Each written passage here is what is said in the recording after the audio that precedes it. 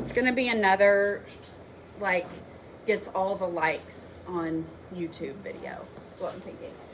Okay, so what, I know today in all the classes we talked about this, list of 250, and we talked about the FRQs of the 250 briefly, and kind of what is more or less likely to be on the exam. So just looking through this list of 250, I know the last two study sessions we've started at 3 with medieval, and so I don't know.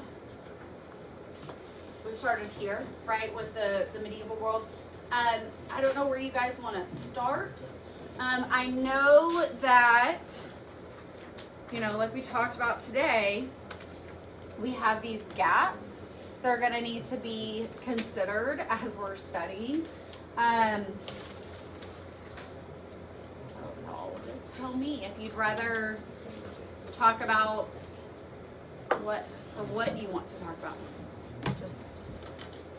Or if you need a moment to think about what you want to talk about, because you're like, Didn't you say that 4 is technically the biggest content? 4 is technically the biggest content area, and we have not reviewed it. And isn't it the end of 4 that's like? It is the end of 4 that is our real gap. We should probably do 4. Okay, so let's do this. I think this will be a good idea. Let's look at brief kind of overviews of 4, and then more specifically starting with, I'll make sure I get my century right. Starting with mid-century, I guess the 20th century. And then that way we'll cover those things that haven't really been covered as much. Okay, that seems like a great plan. All right, so remember that your 20th century is where we have, your later Europe and Americas is where we have the largest number of isms, those art movements that end in isms. So, pause that. So we kind of kick off with Enlightenment. Enlightenment being around 1750, closely linked with some of the neoclassical ideals, or what become the neoclassical ideals. This is the type of thinking that leads to the revolution, right? The America breaking away and forming its own United States. She's kind of an outlier.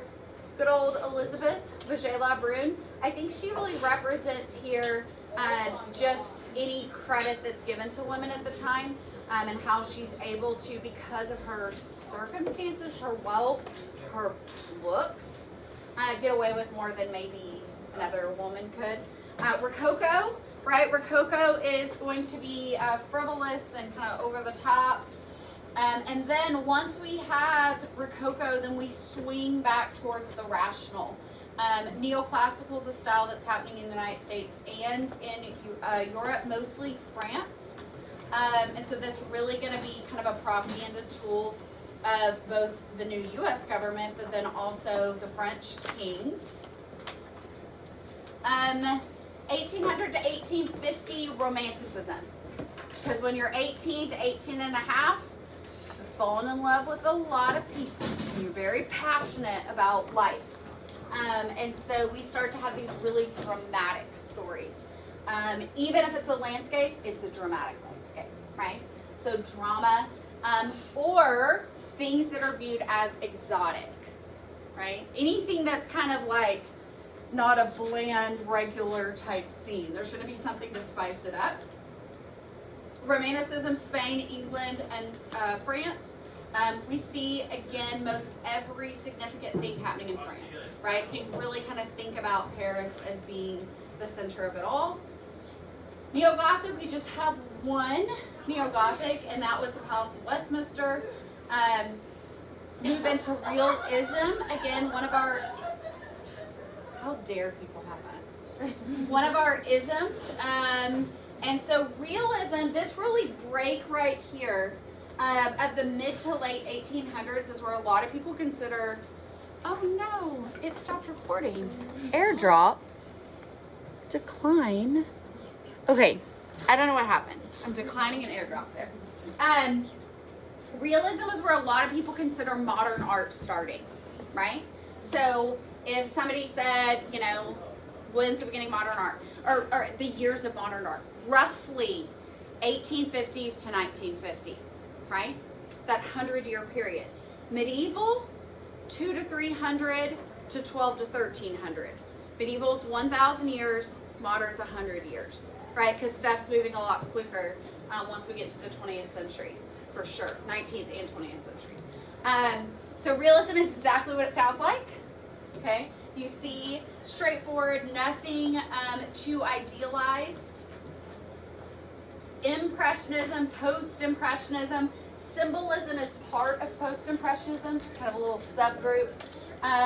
But again, we're seeing artists who are doing things that are definitely considered modern. They're not just copying what they see, romanticizing what they see. They're showing some of the nitty-gritty, the things they haven't quite worked out yet. Cubism, Fauvism, so continuing the isms into the 20th century. Art Nouveau we really just saw as kind of an influence from Paris. It was really popular in Paris in some of their like architectural decoration design work.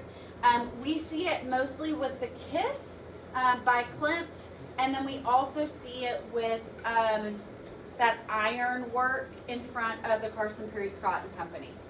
Modernism is, again, a pretty broad term. If you were going to make this an identifier, you could say modern as an identifier. Capital M means the movement, that 100-year period. Lowercase m is an adjective, right? Just like classical. Uppercase C, the time period in ancient Greece, 5th century BCE. Lowercase is an adjective. Again, College Board probably will understand what you mean, but just so you know. And so really this truth to materials is an idea that starts in the 20th century and then continues, into spiral jetty, seeing this idea of acknowledging the surface material. German Expressionism, we were talking about Neo-Expressionism today with Basquiat. So German Expressionism, it's emotional, it's abstract, it's garish in its colors. It's disturbing and gruesome and doesn't always make sense. Again, the Germans, that's what they do. It's very similar. De Stijl is one of our ones that's not an ism, but De Stijl is a whole separate idea of a universal aesthetic. Surrealism, we saw 4 examples of surrealism. Dada, how could you forget? Abstract expressionism, again, kind of looks back to the expressionism of Germany around World War I, and instead, abstract expressionism is New York after World War II. So abstract is kind of a rebrand or remix from expressionism. And then what Basquiat's doing is neo. Pop. And then pop art, we know, of course, the work that Warhol's doing in the 80s we call neo-pop. And then we know, well, y'all don't know yet, but we're about to talk about Pink Panther, which is a postmodern pop. So pop continues to kind of trickle along as an influence, for sure. Installations, anytime we're looking at a work of art, and we have them in content area 4 and 10. Anytime we're looking at a work of art that is set up in a space and is there for a temporary moment. Could be a month, a week, overnight, but it's there as a, almost performance, but it usually doesn't involve actors. Now, Narcissus Garden, she kind of was an actress, right? Because she's there selling the work. But the majority of the time, the objects are the performance, right? They speak for themselves. Neo, we just talked about that. One of the things we're going to talk about tomorrow, and I love this idea, but it's also, I don't know, it's a good kind of theme that runs throughout, especially postmodernism, is this idea of construction versus deconstruction. So when we deconstruct something, it's not only a literal breaking apart or fracturing. Yes, of course, if I take a ceramic mug and I drop it, I've deconstructed it, but not in a very intricate way, right? Instead, it's just randomized. Usually deconstruction is where we break stuff down as a concept and we go, well, what is gender? What is religion? What is politics? And we look at it from different angles. We study it in different ways. That's a deconstruction. Now, sometimes it does come across more form-based, like this museum we'll see that looks like it's been dropped and put back together wrong. But a lot of times it's a philosophical term. Construction, y'all know, just like playing in a sandbox as a kid, you're constructing something. Legos, construction, you're building up. So works like this, which we'll talk about tomorrow, can represent a deconstruction of an idea, but actually be a construction of objects. And so we'll kind of see both ways. All right. Video art will be super fun for everybody. It's hard. It's really hard to represent, especially the work we're going to see by Bill Viola, because you're only going to see a still shot of it, and it's a video, so you're losing some of the information there. Photography is, what is this, content area 3 or 4? Photography? I got to look. I think it's 3. No, it's got to be 4, right? Yeah, it's got to be 4. So early 4. If you're not in 6th period, you need to know that Becca is making us a digital drawing of the timeline that I'm going to share with y'all. Isn't that exciting? She's like, she's drawing it all on the iPad. Oh, did she like take a picture and was like tracing them? No, I think she's freehanding it. Yeah. She just That's- copied the picture. I think she's just copying the picture. She's not tracing it. Yeah. Oh. So anyway, it'll be fun to see. Okay, so photography and Nadir 114.1. So these are 4, content area 4. Photography, is it art or is it science? That's going to be your main kind of driving idea. And then commentary about photography, right? And so even though it's a print, it's speaking to that. We saw several different examples. Again, all of these are going to be in content area 4, later Europe and America. This is contemporary. So this I put together as a timeline, if you will, right? So 1837, 78, 1907, 32, 90, 94, 98. So it'll kind of be stepping forward there. So anyway, again, I shared this slides with you today. It's just called Art Movement and Time Periods. If you want to look through it, I think it's a good one. If I can say so myself, I think it's a good one. All right, so content area 4, look at all the stuff I have here. Lots of goodies. Open up. Y'all are so lucky you live in the time, or you're doing high school in the time where we have Google Suite as a department or as a school, because in the old days we would have to save PowerPoints to like this off-site thing called School Town. Y'all remember that from elementary? School Town, I think it was called. And we had to upload everything there, and it was so janky, y'all. It was ridiculous. So this is all so much smoother. So I still have some of the stuff in PowerPoint, and that's why. All right, so big picture, right? We just looked at some of the movements from later Europe and Americas. Remember, College Board is not going to say content area 4. They're going to say later Europe and America. So early Europe and colonial America 3, later Europe and America 4. Okay, early, late. So 21% of the exam, right, from content area 4. So it's a really good one to know. So we just talked about some of those big picture things. In terms of movements, just as a reminder, College Board will pull multiple choice type information from the essential knowledge. So reviewing that line page information is always a good idea. Art existed in the context of dramatic events. Absolutely. The wars, migrations, civil rights, women's rights, changes in, we have the forming of the communist bloc, and then the breakdown of the communist bloc. There's a lot going on. Enlightenment is what kicks us off. Then we move into Romanticism. The effects of the colonialism. Once we get to content area 10, we're really shaming colonialism, right? But here in content area 4, later Europe and Americas, we're still just kind of responding to and dealing with colonialism. Really no churches anymore or anything like this, right?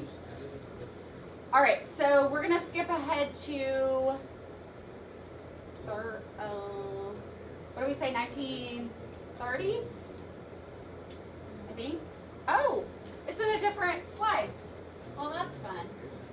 Okay, I should have thought of that. Okay, so it's in B.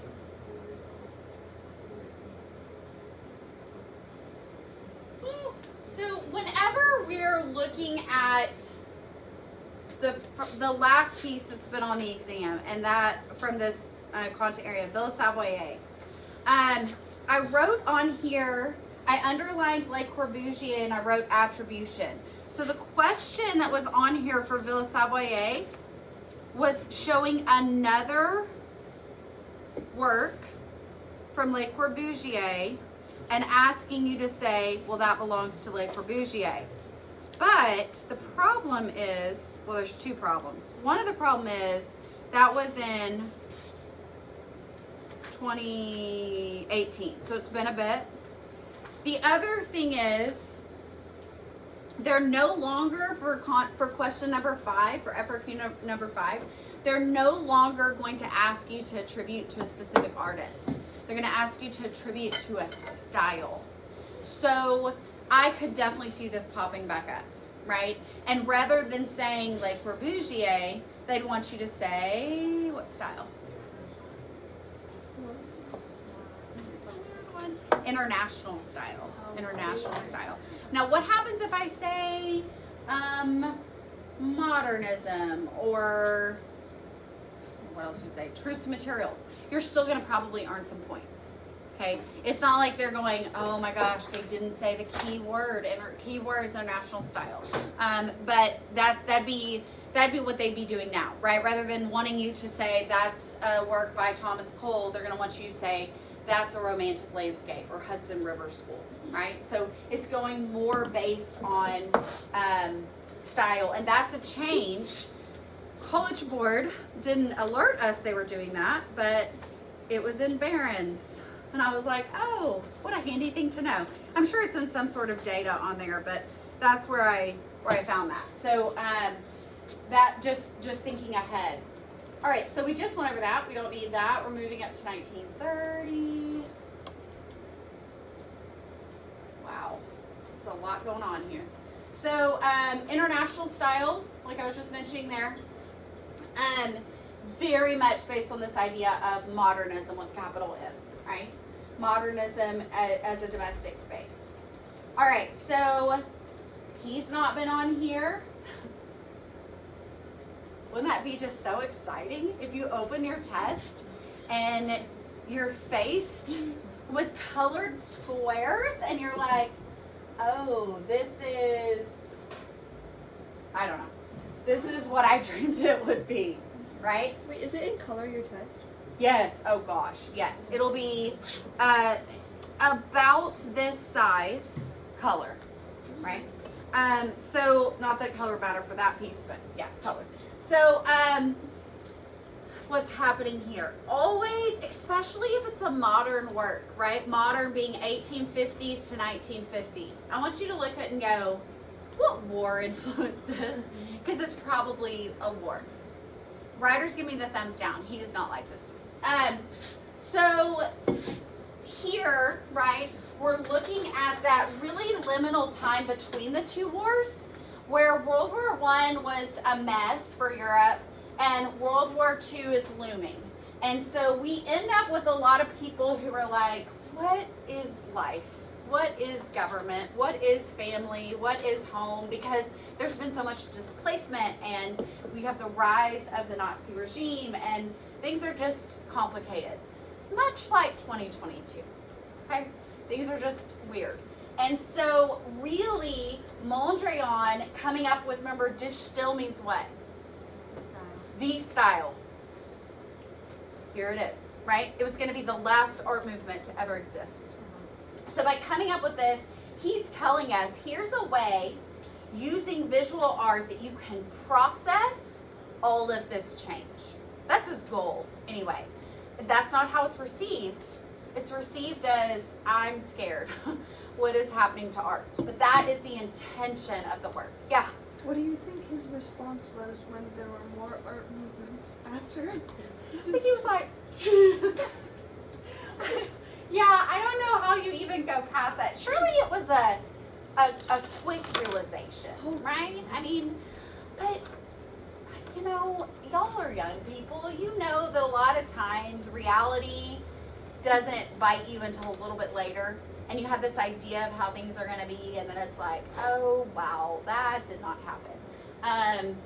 Now, some of the things that last, he becomes like really well known for this work. And so even though it didn't end art development, it solidified his place as a change maker, which is why he's in the canon, right? College Board only gave us work that's life-changing, world-changing, maybe is what I meant to say, or reflects world change. So really, this is about math. This is about reason. It's about order. It's about finding the rule of thirds and, you know, pleasing compositions.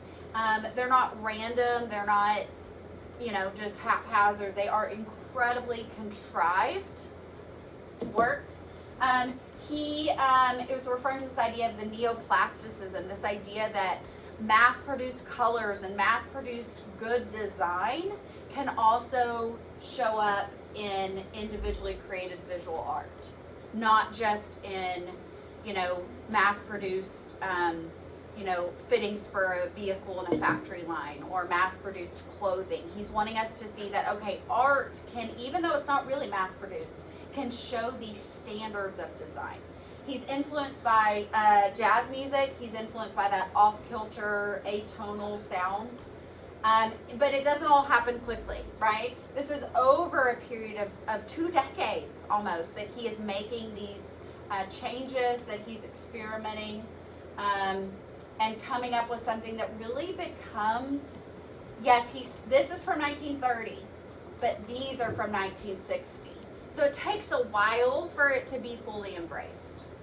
And it's still seen as a symbol of good design and you know, successful work.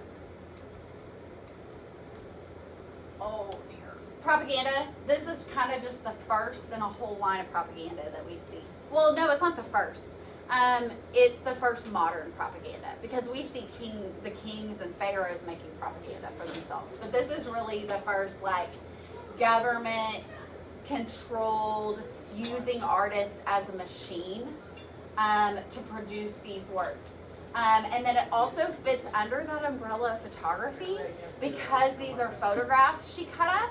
So this would be a great piece to know. I mean, well, I say that. What if they had this as one of the pieces and then the Russia and Ukraine deal, they were like, maybe we don't want to talk about Russia? I don't know. I mean, I guess I could see them pulling it because of that. I don't know if they would or not. There's a piece we're going to talk about in Content Area 10, and it was on the test in 2017. It's right here, and it's called Darkytown Rebellion. And this work, I mean, even the phrase Darkytown is a slur, right? So this work is by a contemporary black artist who really doesn't shy away from anything. And my friend who teaches art history in Plano never taught the work fully to the kids. It was always a do on your own because he was like, it's never going to be on the AP exam. It's too controversial. And there it is, 2017. So they don't, y'all know this, College Board doesn't shy away from stuff. In fact, my daughter Lane was telling me the other day, or yesterday I think, that College Board or AP is threatening to pull from schools who are censoring material because they're like, look, this is, we as AP don't fall under the rules of the state legislator with learning and stuff. And so I don't know that they pull it because of that.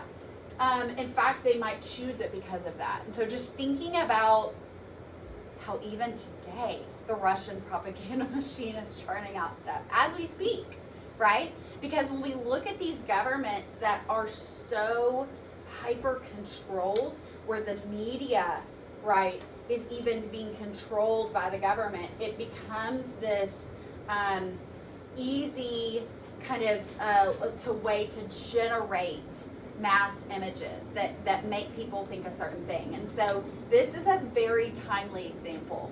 Again, I don't know if that means they'd be for or against, but it's a very timely example of what we see happening. Plus, it's photography, which has never been on the exam.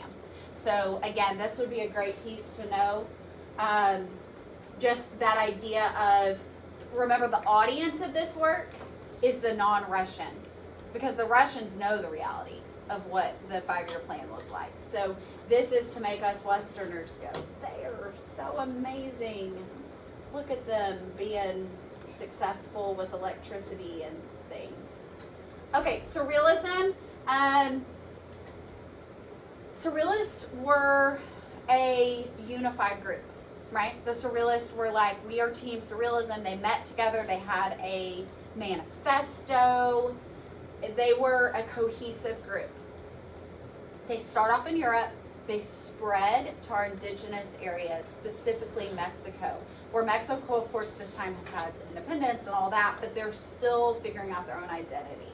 So it starts in Europe, and it is a style that's all about the unconscious, the surreal, the imagined, the dreamlike imagery.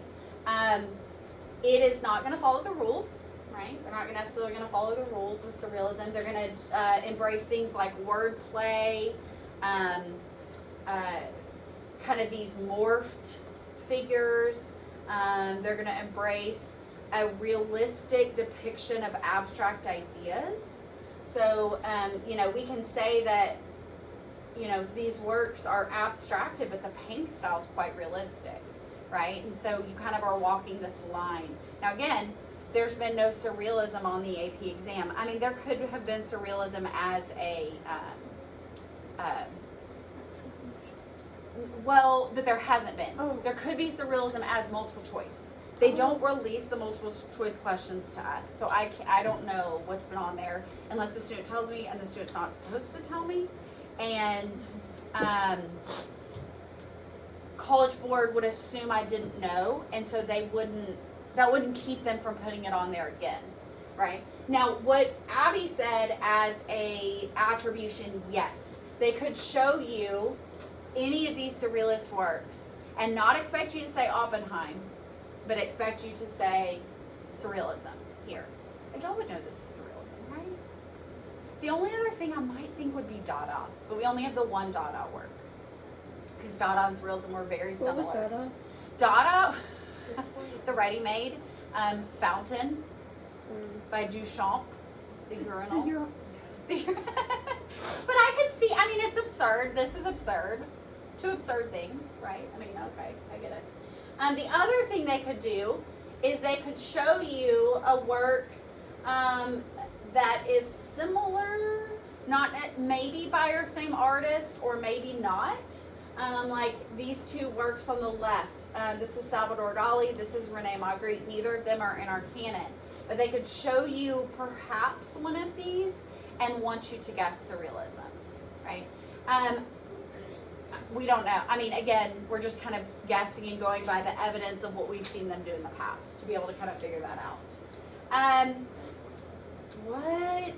What is she doing? What? This is my least favorite. Oh no! And I'm like concentrating on it. Isn't it sugar? Sydney is not a fan. No. I like the sugar cream. That's what it is, right? It is a sugar cream. So she's taking things that are functional and making them have a different function. Not totally dysfunctional. Is that what you're going to say, Raleigh? A different function. So sugar has a function. Jewelry has a function. But it makes no sense to combine those two. Sydney just saw this when you were in New York. It's not looking good, is it? No, and like the fur is like super fine. Yeah, the fur's like falling off because it wasn't meant to be like a lasting object. I'm sure she didn't use archival acid-free adhesive, and it's an organic object. So yeah, come on, it's not gonna last for very long, which is why they still have it in the box. Yeah, they have it in this like sealed container at the moment. Not great reception to this. I mean, most people aren't a fan. So you're in good company if you don't like this work, I guess. I love it, but I'm a weirdo. So, but yeah, asking us to question what is fur for, right? Keeping you warm, yes. Keeping your tea warm, no. It's also speaking to the erotic, and remember, College Board won't shy away from those things. So think about what's happening in the early 20th century. All of a sudden, you have y'all talk about the Roaring '20s, right? And prohibition, and how you have all of a sudden a bunch of women who, while the men are away at war, get jobs. Rosie the Riveter, right? They're getting jobs. They're doing things outside the home, and they like it. And then when the men come back, and all of a sudden they're like, well, we kind of liked our freedom. That was a good time, right? And so you start to have those beginnings of women's liberation. When that starts happening, it changes the attitudes about sex, marriage, having kids, right? All these things start shifting. Bathing suits from the 1920s versus bathing suits from the 1950s, right? Big changes are happening. And because of that, you start to have a female artist here making an object that relates to intercourse. And that is part of that conversation. Because again, remember the title, Luncheon in Fur, or Object in Fur, Luncheon Fur is based on that idea of a bestseller that was an erotic novel in the 1930s, right? Bestseller erotic novel. Now in Paris, not in New York. Americans are much more uptight about things for a long time. So you have this rise in women's liberation. It goes back down during World War II. 1950s, there's a big pull, right? Between, are you a housewife or are you Marilyn Monroe, right? You start to have this new kind of women's lib, the second wave liberation that we'll see in, artists like Yayoi Kusama responding to, why are only men in the art museums? And then once we get to global contemporary, we're about to see artists really, female artists really pushing back against that and working even more, less subversively towards women's issues. For example, we're going to have a piece that the artist primarily works with pornographic magazines that she cuts up and makes kind of these women's liberation images of. And so, I mean, we're going to push it. I mean, you're going to still see artists pushing it. But she's just one of the earlier females who's really like speaking her mind. So it's not just, can I take an object and change its function? It also has a lot to do with females, right? Specifically. But she was so worried. Well, a few things. One, she was afraid she was going to be a one-hit wonder because her fur work took off. And some of these other pieces she did, she, had less sensational reviews.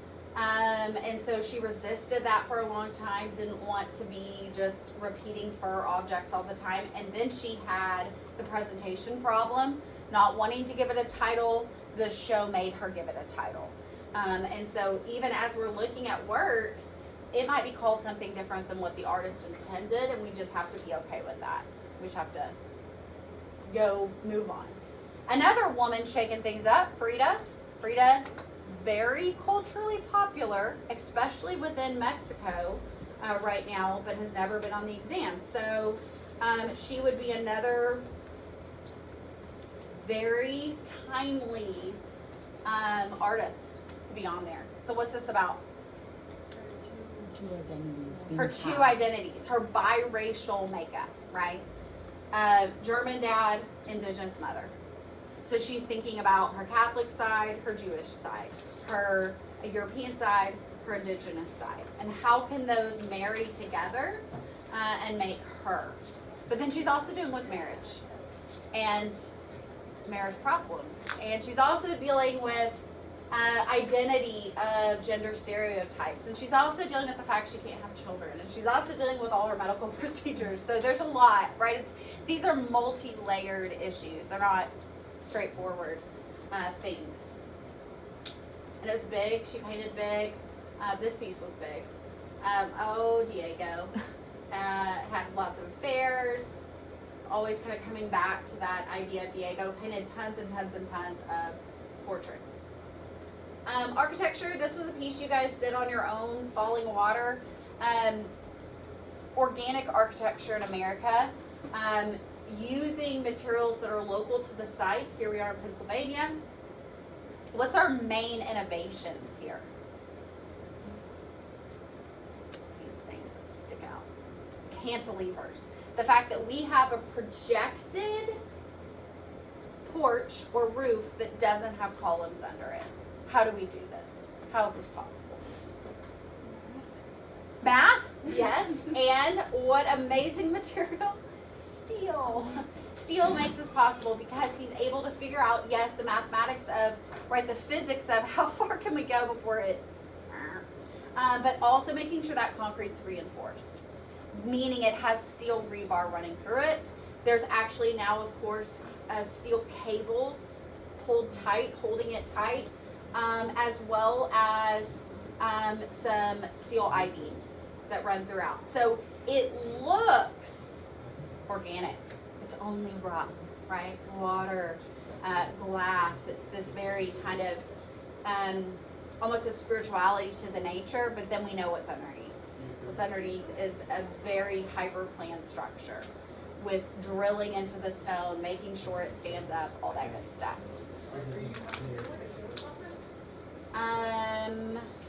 Considered like one of the masterpieces of modern architecture. There were people who thought, oh, finally, this is going to make it to where America finally accepts and embraces modernism. We're going to see every subdivision with homes like this.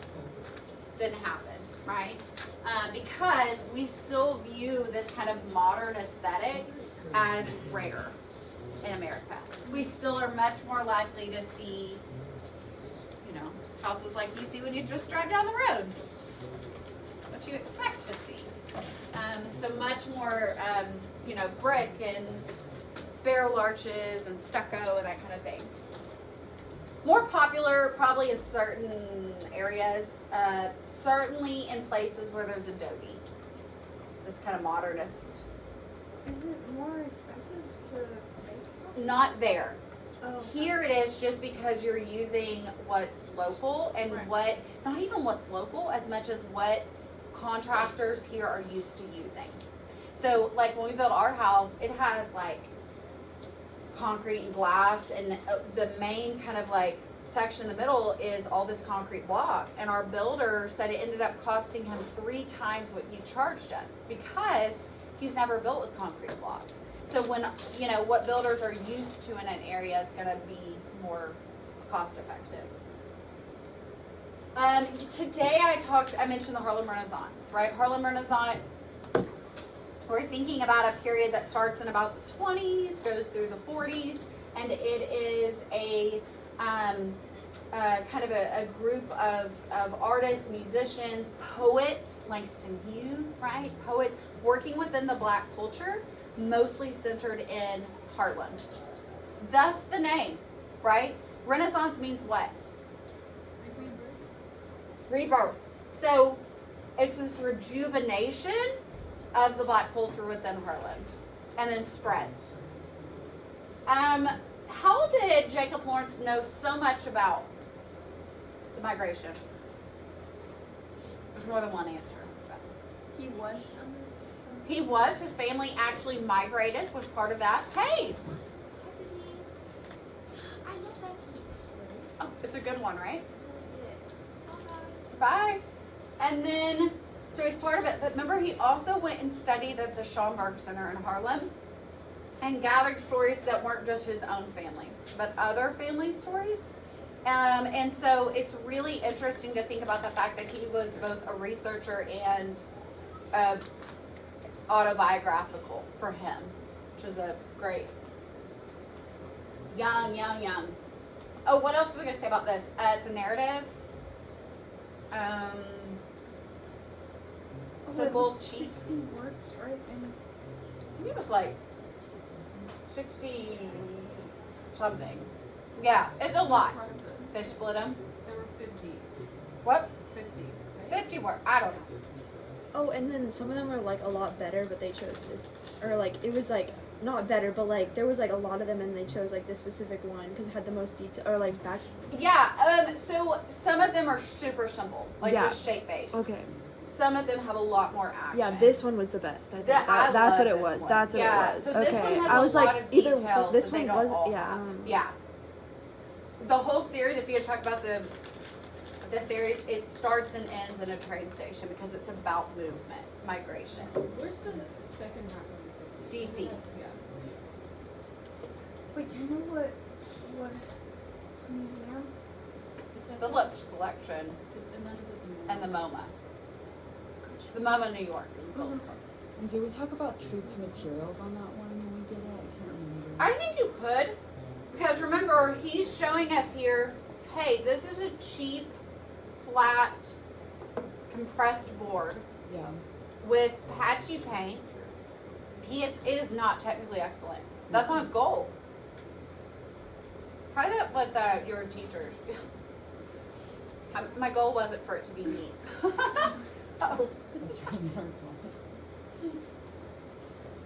Oh. Every time I see this one, I think boobs and butts. It's just a lot of round body forms, right? Breast and buttocks. There's a lot visually happening there. Oh, those colors are different. I think it's probably somewhere in between. So what is this work of body parts about? Really about like cutting Nirvana. I mean, like, was that the different? Partially. It was that Santeria, that religion. Oh, yeah, Santeria. Yeah, between. It was a blend, a converging cultures between Africa and the spirituality that people are bringing from Africa, combined with the colonizers who are mostly Catholic, right? And then we're also near the Caribbean, right? Or we're in the Caribbean. We're near Mexico. So you're going to have this kind of blend of ideas coming together. What else is it about?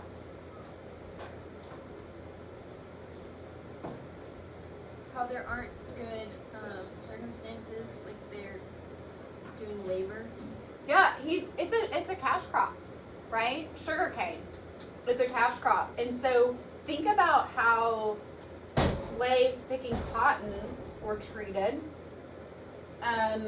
Even if these, which they can be slaves, but even if they were sharecroppers, they're still not being given a living wage, adequate treatment. There's still a class structure, happening here. And so really our response, or what Lamb's trying to do is bring awareness to the hardworking people of Cuba.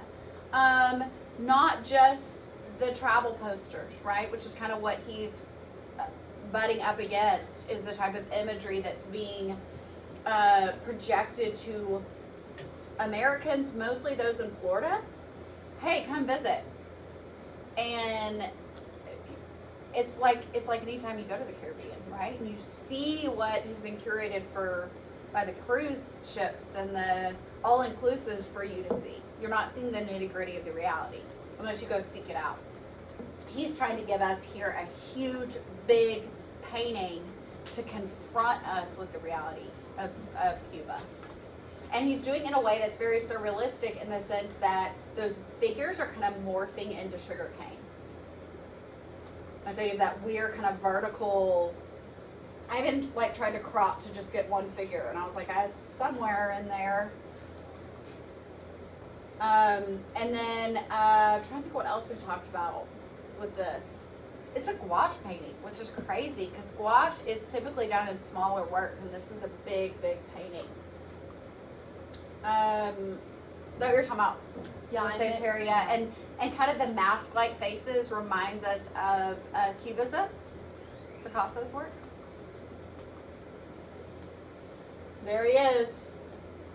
So he also is dealing with the fact that he is Latino and African, right? So just like Frida, dealing with their own kind of cultural convergence in their life. Wait, was it the same time or different? So he's 30, what did it say here? What was my date? Oh, 43. She was earlier, but it's around the same time period. Frida, where are you? There you are. 39. But she was, I think she lived until the early 50s, so they would have been contemporary to each other. Okay. Oh, silly Diego. Where did Diego paint this to be first? Is this the one for the hotel? It was in a hotel. And people were totally pissed off because it was humanist. And we're in Catholic world in Mexico City. What are you doing bringing that non-Catholic idea into here? Remember he'd written in it, there's no God. Oh my gosh. People were trying to stab this on the wall at the hotel with their knife. Can you imagine you're sitting beside a mural and you're like, yeah, like public restrooms, people like drawing the stuff. That's what they were doing.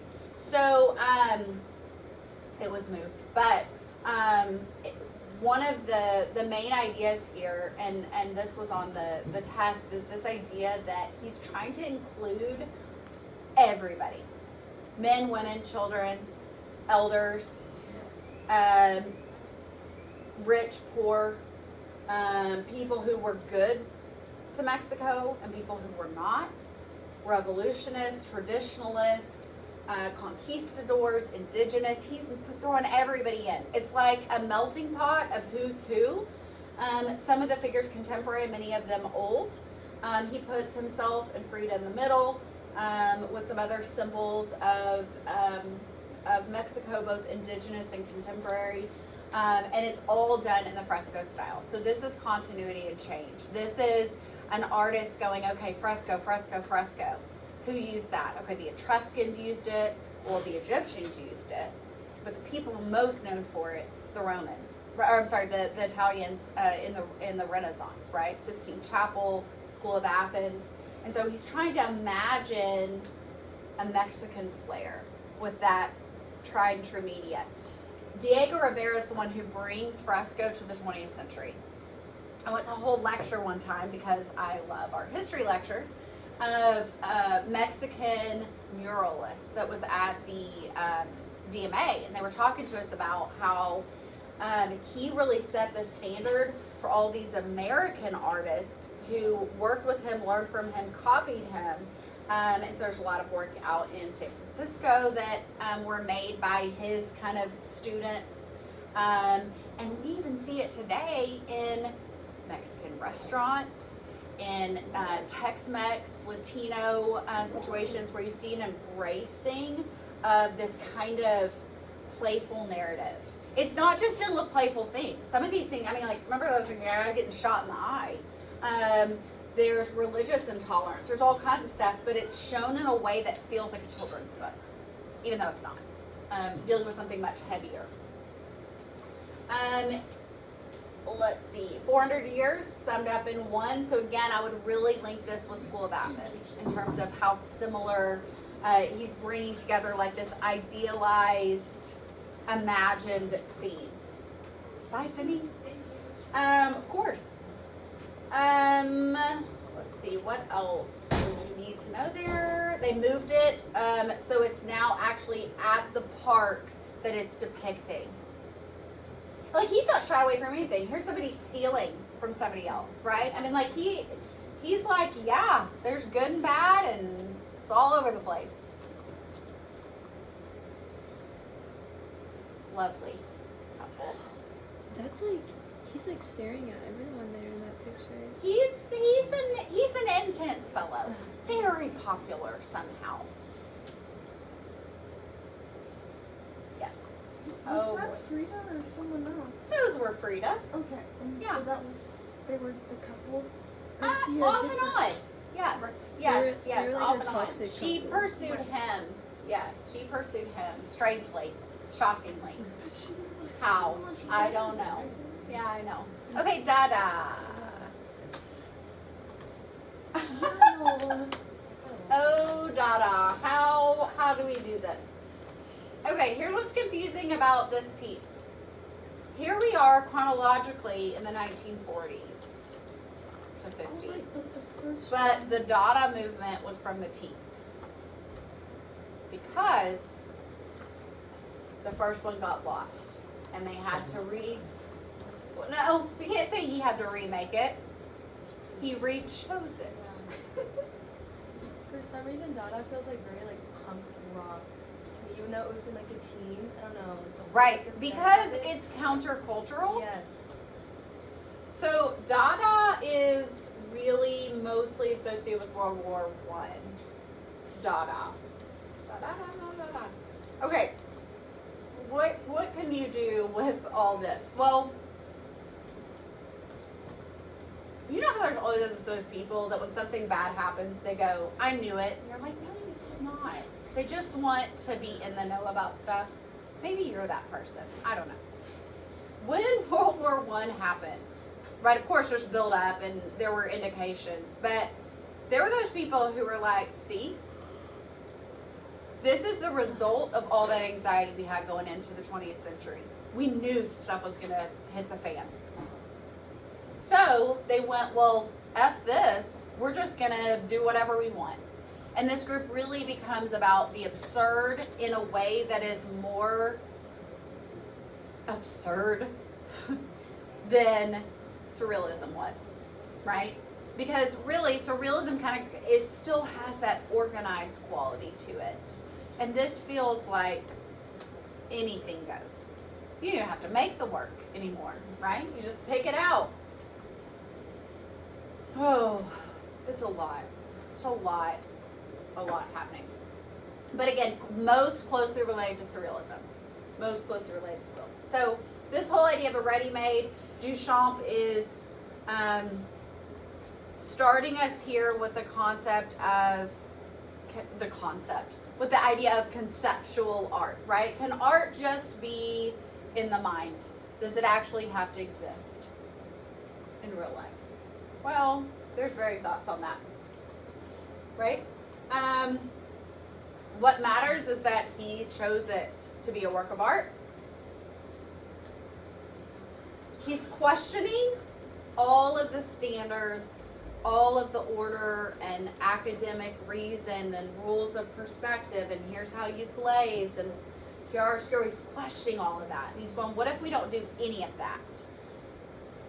And instead, we do this. And what do people think? Not a fan.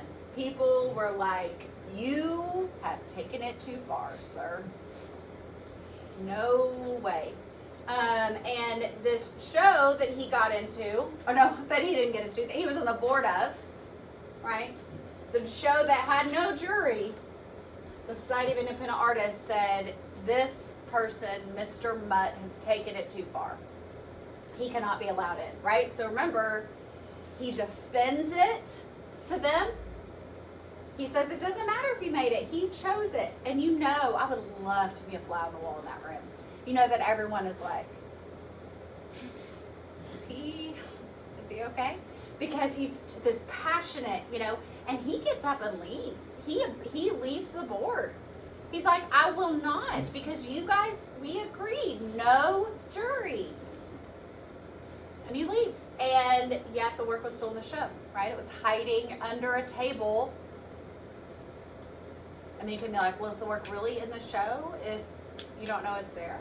Well, yeah, why not? So he's always pushing the envelope. It's less a work of art and it's more an indication that everything's radically changed. Oh, geez Louise. Are you good? Even if you don't like it, are you good on this? Yeah. Okay. Hello, beautiful. What is our artist doing?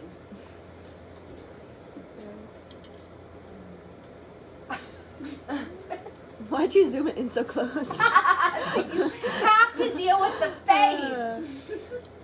Our artist is going, everything that's changed. How do we represent the female form?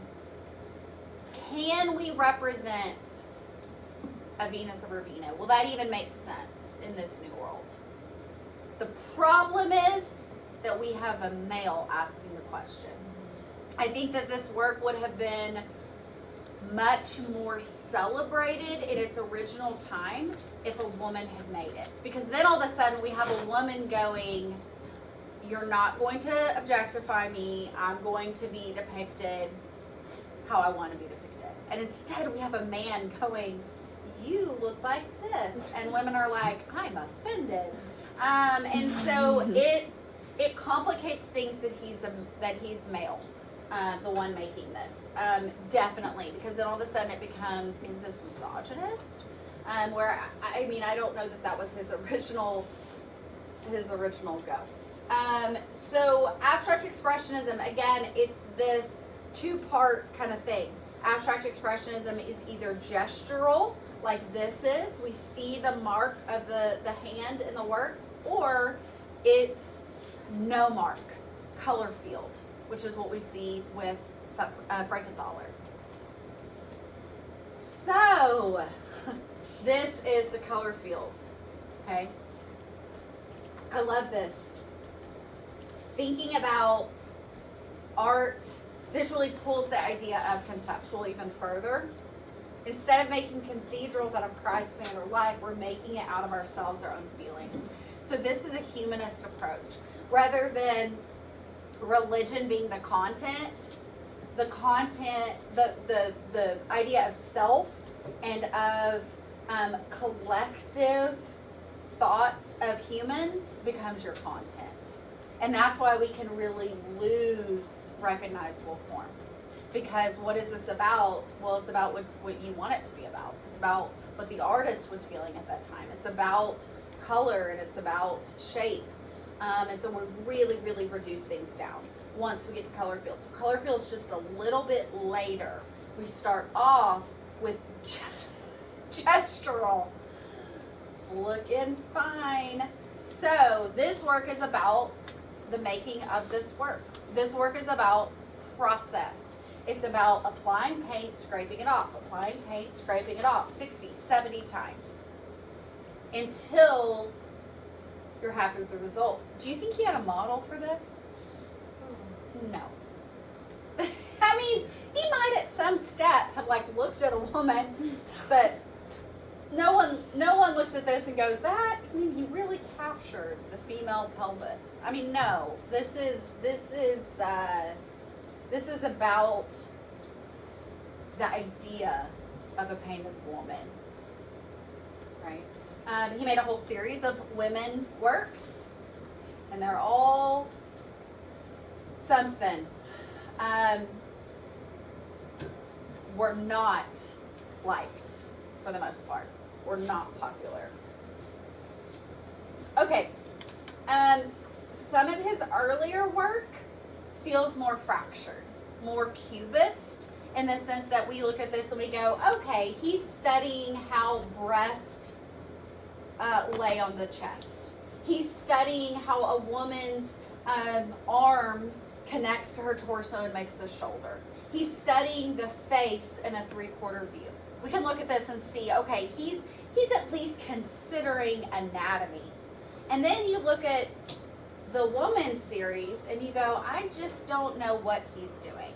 I feel like he might be mocking me, right? I feel like he might be going, women, who gets them, right? Who knows what's going on?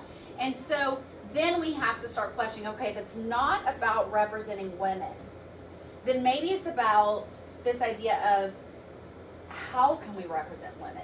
How can women be depicted in a way that isn't erotic or isn't about their childbearing uterus, right? How can we do something in a different way? Because Picasso was still sexualizing. These girls are standing in a brothel. They're prostitutes, right? They both are nude, but I don't know. There's just it's a different way of approaching that female form here. It is a very sculptural way of painting, right? But this over here on the left is really a sculptural way of drawing and painting, right? We're getting this sense of planes. We're getting this sense of there being a surface. And then because, again, de Kooning is always doing something cutting edge. I told you guys one of his women drawings, he allowed a younger artist to erase. And that act of erasing is really what de Kooning's doing as he's scraping and reapplying and scraping and reapplying. It's just, love it. Large. The women's works are large. Most of de Kooning's work is large. But that gives it a different level of power. Another thing you cannot really see in the picture from College Board, it's hard to see. This stripe is silver, reflective silver. What does a reflective metal background make you think of maybe in a painting? What? A mirror? It could be a mirror, could be a light reflected. No, I hadn't thought about a mirror. That's a good guess. I was thinking an illuminated manuscript, like an icon. But I can see that too. I think this image from the side shows it a little bit better. You can kind of see that strip of metallic, which is kind of what Warhol does as well. De Kooning. Mm-hmm. I like the double mouth with the cat nose. It's a whole, and kind of cat eyes too, because our cat's pupil or iris is oval or not round. That's I mean, it's not my favorite, but oh boy. I'm getting like a Phineas and Ferb feel over here. But again, man, we are mid 20th century. They're really thinking, okay, how are women depicted, right? Oh, I love the secret building. Y'all know how much I love it.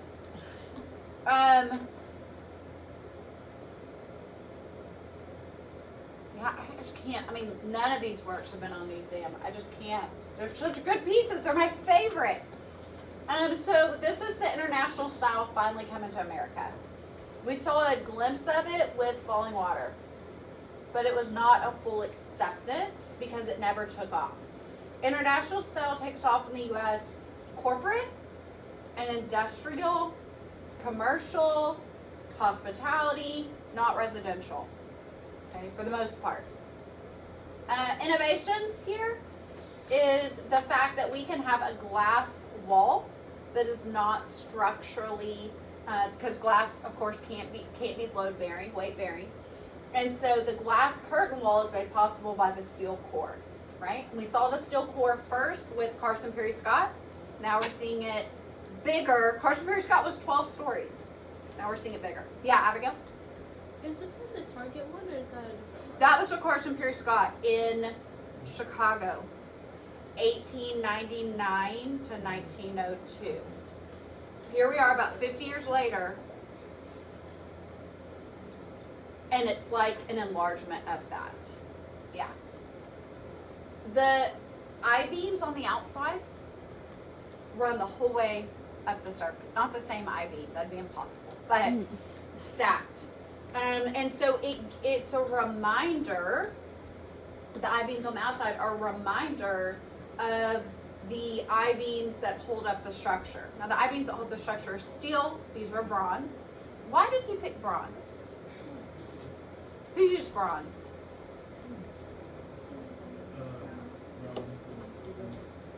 Before that. Wait, who'd you say Romans and? Greeks. The Greeks used bronze more than anyone else. The Romans, they thought that metal should be used for weapons and money. So they made sculptures out of marble. The Greeks thought marble was for building, and they made sculptures out of bronze. So it's a nod to the Greeks, and it creates this vertical fluting on the outside, just like we'd see on a column. It's just so harmoniously balanced. The supports out front have this kind of incised vertical line, which reminds you of a column, hopefully. These, y'all see how you can see these gray elevator bays inside? These are covered in Roman travertine marble. So you have a play of the Greek and Roman classical coming together here, but in a very modern way. Truth to materials, right? Straightforward. The glass kind of center at the bottom, and then the top has the penthouse, which is where the Seagram headquarters was, and it's taller glass structure. So you have bronze on the outside, runs ground to top. You have travertine marble on the inside, runs ground to top, right? On the inside, meaning those elevator shafts, right? The decorative part. Less is more is our phrase we see here with Mr. Mies van der Rohe. Mies van der Rohe did not want to come to the U.S. He came because of the wars in Germany. He's German. And so he comes here and kind of has to reestablish himself. Remember that Mr. Seagram CEO, I don't remember his name, it doesn't matter, but the patron of this work really wanted to hire the same guy who did the building Caddy Corner, the Lever House. And it was his daughter, who was an architecture student, who was like, that's the ugliest thing I've ever seen. You are not building that. And so they just walked right over to the MoMA, asked to speak to the head curator of architecture. He gave him 3 choices. Frank Lloyd Wright's too old and insane. Wouldn't even put any supports in the whole building, right? Le Corbusier, difficult and old. Mies van der Rohe was the 3rd choice, and he happened to be in America now, so perfect one to hire. He had an open-ended budget. Spend whatever you want to spend, which is amazing. But again, Seagram made all their money during what time period did they make most of their money? They're a beverage company. Prohibition. Because they're a Canadian beverage company sneaking their products over the Great Lakes through Chicago into those speakeasies. And they mostly make soda water, which is a mixer for cocktails. So, and ginger ale. Way to go, Seagrams. The original pop, not Neo, the original pop art. It is a diptych, meaning it's 2 separate pieces that are framed together with like that wood panel down the middle. It does, remember how we were looking today at Horn Players and by Basquiat, remember how it had hinges and it would close up? This one doesn't close. There's no hinge, it's just 2 pieces together. Diptych. Oh, Marilyn, looking fine. You guys had a Google form on this one, and I was trying to I was trying to collect. One of the questions asked you if you thought, in your opinion, if you thought that Warhol was honoring her in this work, if you thought that the overall finished design would honor her or dishonor her. And I was trying to predict if males would say 1 more and females 1 more, and really no. But the main overwhelming, like 80-something% probably said it honored her. I had very few people who said this is offensive to her. And I think it's kind of because we're conditioned to see any exposure is good exposure to some extent. You know, at least if you're a Kardashian or something, and you have this idea that it really doesn't matter what you do, good or bad, you're probably getting another cosmetic deal, or, you know, you're solidifying your name in the you know, book of important icons. Not really important, but you know what I mean. Significant icons. But they're still alive. It's different after someone's dead, right? It's kind of that, I don't know. You're like, should I talk about it? I don't know. How long has it been? Well, it hasn't been very long. So, yeah.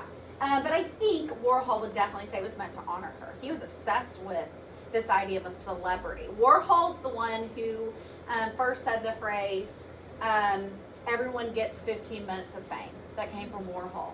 And what he was saying there is, basically, most people, literally not everyone, but again, he doesn't have a good viewpoint of the whole world. He's in a very, you know, small upper class. He didn't start off that way, but that's where he's ended up at this point.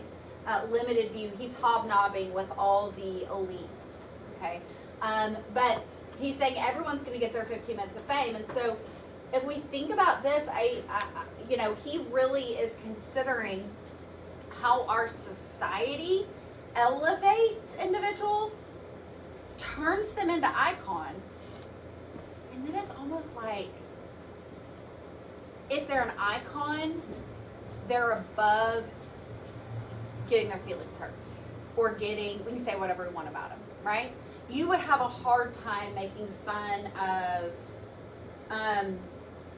hopefully, I think y'all are nice people.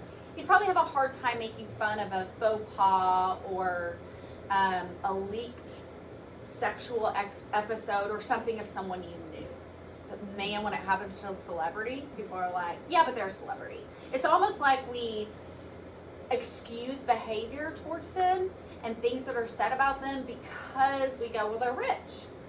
But they're still humans, right? They're just like us. And so we have to also consider that fact that, yeah, she was having an affair with the president and his brother. And yeah, she was in a lot of movies and had a lot of money. And yeah, she did all these things, but she's also, what was her name? Norma Jean.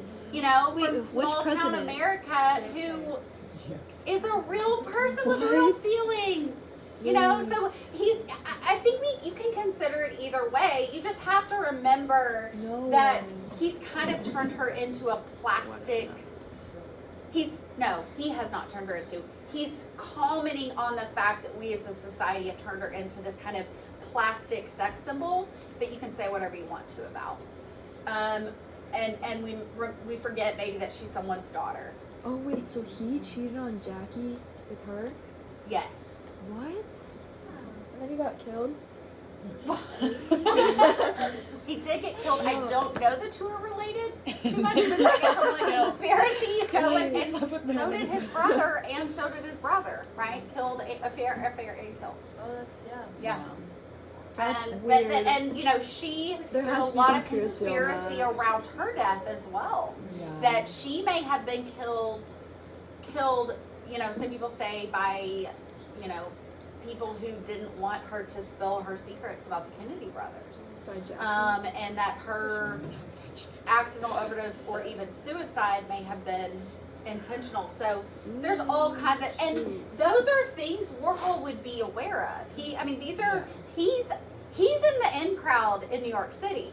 He's probably participating in this gossip, and so he is able to process that in a different way with us here. But then he's reminding us, right, that her image as Marilyn's really pretend, and we see that in the garish colors and the mask-like imagery he gives us, right? I mean, he's speaking to this idea of an icon, right? That silver border, gold background. Some of what we saw de Kooning doing, maybe, although de Kooning's just giving us a random woman, whereas this is specific, a celebrity. And Warhol's just obsessed with death and like dark, kind of absurd things. I say that, my socks today are true crime all the time. I also really like true crime, but he was somebody that is thinking here about, remember he did the whole series about Death in America, kind of building off of this. Big, the face is just about life size. So again, we're forced to confront her, repeated over and over, 50 times. So we have 25 color, 25 black and white. There's not really just one area to focus on. It's just kind of like your eye moves around. It's called an all-over composition. Your eye's just finding a place to settle there. The image is appropriated. He did not take that image. He did not trademark that image. It is from a publicity photo. He is flattening her in the way that society has flattened her by making her this sex symbol, right? This image that is not a multi-dimensional figure, right? He's flattening her here. Yeah, grid. O and B. Why are you the way you are? But yaoi, Yes. we're so glad she's the way she is, right? Okay, I don't know. I guess this could come up, presumably they could ask you guys about the salon, or if you were writing an FRQ about later Europe and Americas, you might mention the salon. The salon, remember, is the main French art show. It's the state-sanctioned show. And it lasts all the way up until the World Wars. Fizzles out, they try to bring it back, it fails. Because now the center of the art world has moved to New York City. So you have these other little shows that pop up, the Venice Biennale, the Miami Biennale, where we have artists doing things that are cutting edge, avant-garde. They're leading the change, right? Doing something different. And so she was not invited, but she shows up anyway. I mean, she may have had permission from somebody, but she was not invited to be part of the actual show. She shows up with her 1,500 silver balls and her kimono, metallic kimono, and starts selling them just direct artists to individual. There's no gallery fee, there's no manager, there's no, oh, the museum gets a cut. Straightforward, right? So she's doing kind of what Warhol was doing, in the sense that they're asking us to think about art as a commercial object to invest in, not just, oh, I'm, considering war and violence, or I'm considering, continuity and change. They're going, this is also a financial investment. And so she really brings that down to earth for us. She had a tough go, right? Leaves Japan, where she was not really allowed to be an artist, has great ideas. She kind of reminds me of those, I think it's like made for TV movies, where you have this young girl who just moves to New York City, and she's just gonna take over New York City, right? She's gonna be on Broadway, and it dismisses. She somehow thinks that it's just gonna happen. She doesn't realize all the work that goes into something like that. And so she's innocent. She shows up there. She gets taken advantage of, assaulted, beat down, and she climbs her way up. She finds like-minded people to help support her in this kind of new age anti-art movement. And she creates work that is based on events, installations, happenings, where they do a performance and then they move on. And so she's really kind of helping lead that new media of a performance art. Rather than try to figure out what each of her pieces mean, again, we need to see them as another indication that the art world is changing. Just like we said with The Fountain by Duchamp, right? Rather than going, oh, what does this mean?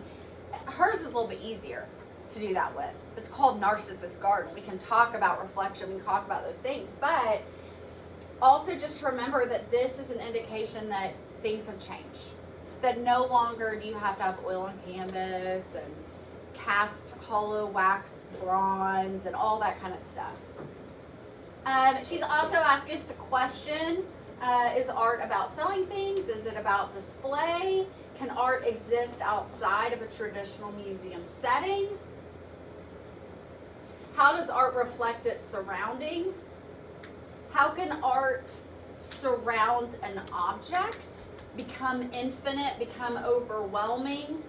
How can art be part of an immersion? And I say this right as Abby's back there building her next immersion room, which I'm very excited about. This one's going to be a dark tunnel. Our last one, was the open on one side. So we're excited. How can art reflect our own fears? Right? I feel like y'all know her pretty well because I'm obsessed with her. Okay. Helen. Oh, Helen. Helen Frankenthaler is the one who got that coveted spot at the Venice Biennale of 1963 that Yayoi wanted, representing America. I know. So it already makes me a little bit poo-poo on her, but I also like her. I don't know. This is color-filled painting. So again, it's that second, later type of abstract expressionism. The first one we saw was Willem de Kooning, Woman 1, and it was that gestural abstraction. This is where we're losing all our mark. We're losing that gesture. We're losing, the graphic representation. Instead, we're just seeing spills, soaks, fields. There she is. Works big so that she can walk on her work. She can be, part of her work. She uses gravity. She uses control of how much she can dilute the paint.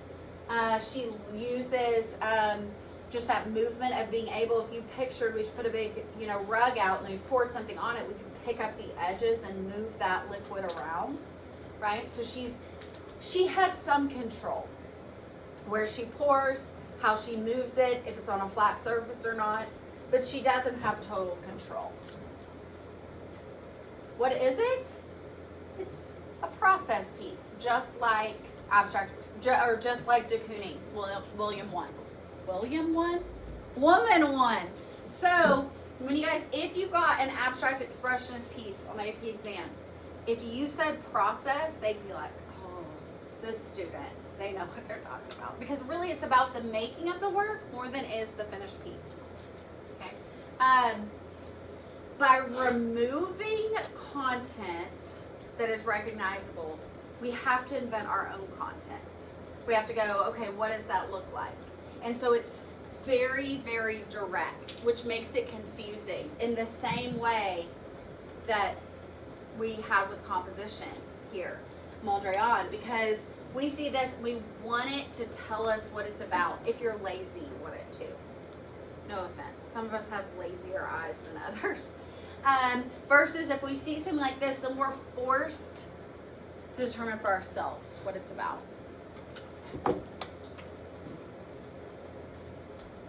Holy moly.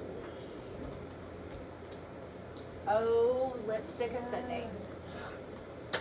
This is late pop. Late pop.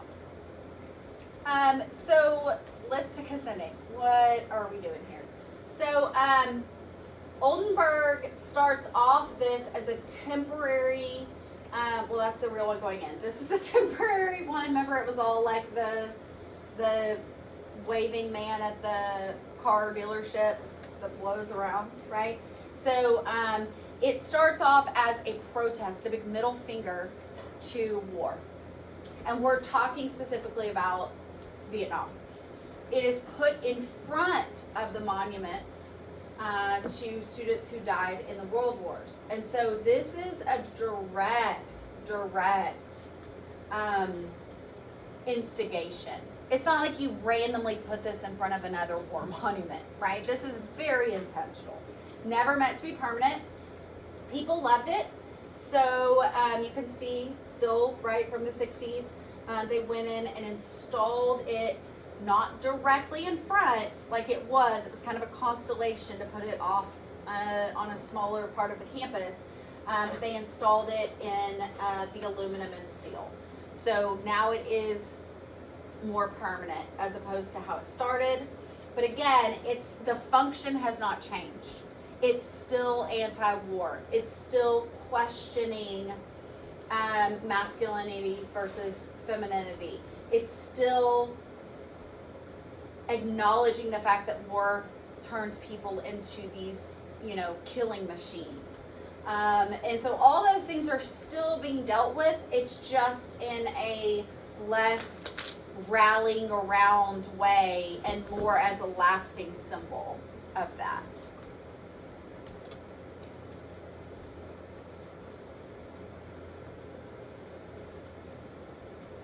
And he's playful about it. A giant tube of lipstick, yes, it's a sexual thing, but it's also kind of funny. It's also kind of absurd and bizarre. So pop art, surrealism, and Dada are probably your most playful. Even if the playful is disturbing. If you think about absurdity as playful, I guess. You're like, how is a urinal playful? Well, yeah. Spiral jetty. Land art, environmental art. It's hard to really lump it in a movement. Again, all these things will be figured out long after we're gone, and they'll tell people what it is. But this idea of New Age, growth of New Age, the really beginning and embracing of science fiction, further exploration of outer space, all those things influence his work. Humanism, stepping outside of Catholicism, right? Or Christianity, all those things are inspiring his mindset, his work. And so Smithson was just a genius. He was interested in so many different things, like a Da Vinci, right? He's involved a lot of things. Picasso, same way. But he just, life cut short. And so we didn't get to see the full development of his work. Now, just like Christo and Jean-Claude with the gates, other projects of his have been done after his death. Things he had already planned, right? However, this in particular was made while he was alive. Okay, it's made while he was alive. And it's really, he's responding to this idea of conceptual art. He's also really asking us to question sight versus non-sight, right? Similar to what Yayoi did, similar to what the Christo and Jean-Claude are doing with the gates. They're asking us to question if art has to be in a museum or gallery ever to be understood or seen or appreciated as art in a very abstract way. And then we ended with this.